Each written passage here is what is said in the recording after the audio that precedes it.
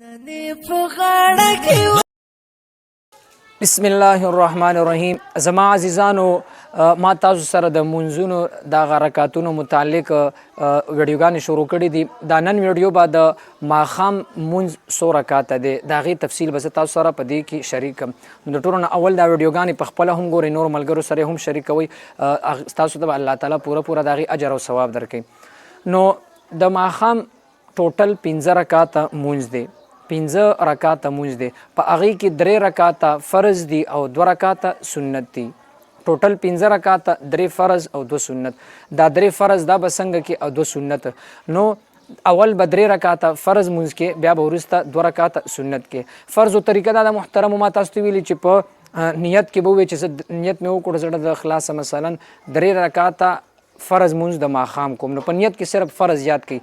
نو طریقه به دا وي چې کله الله اکبر وکړي نو پهلنی رکعت په هغې کې به الحمدلله یعنی سورة الفاتحه ووي او ورپسې به سورت ووي. دویم رکعت کې به هم سورة الفاتحه الحمد ووي او ورپسې به سورت ووي. بیا اخره کې دریم رکعت چې کم دی په هغې کې به صرف سورة الفاتحه ووي ولضالین امین پورې. نو دا ټوټل 3 رکعاته شو. خلاصه دا چې د فرضو دا 3 رکعاته د ماښام کم دي، په دې کې پهلني 2 رکعاته دا ډک دي او اخرنی رکعت هغه تش دی. دا 3 رکعاته فرض شو. ورپسې چې دا 3 رکعاته وکړي 2 رکعاته سنت دي. نو په هغې کې چې کم دی نیت به وکړي چې 2 رکعاته د سنت مونځ نیت کوم د ماښام، نو بس هغې کې به په اولنی رکعت کې هم سورة الفاتحه او سورت وي، په دویم رکعت کې به هم سورة الفاتحه او سورت وي، یعنی هغه دواړه سنت هغه ډک دي.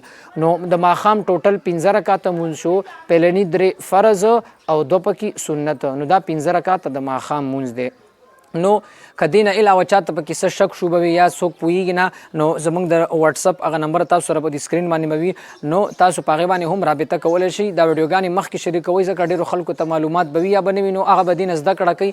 نو په دې کې به تاسو ته الله تعالی پوره اجر او ثواب درکوي. زما خو دومره وس طاقت چې تاسو سره ما دا شریک کړله، تاسو مو د خپل وس مطابق دا مخکې شیر کوئ.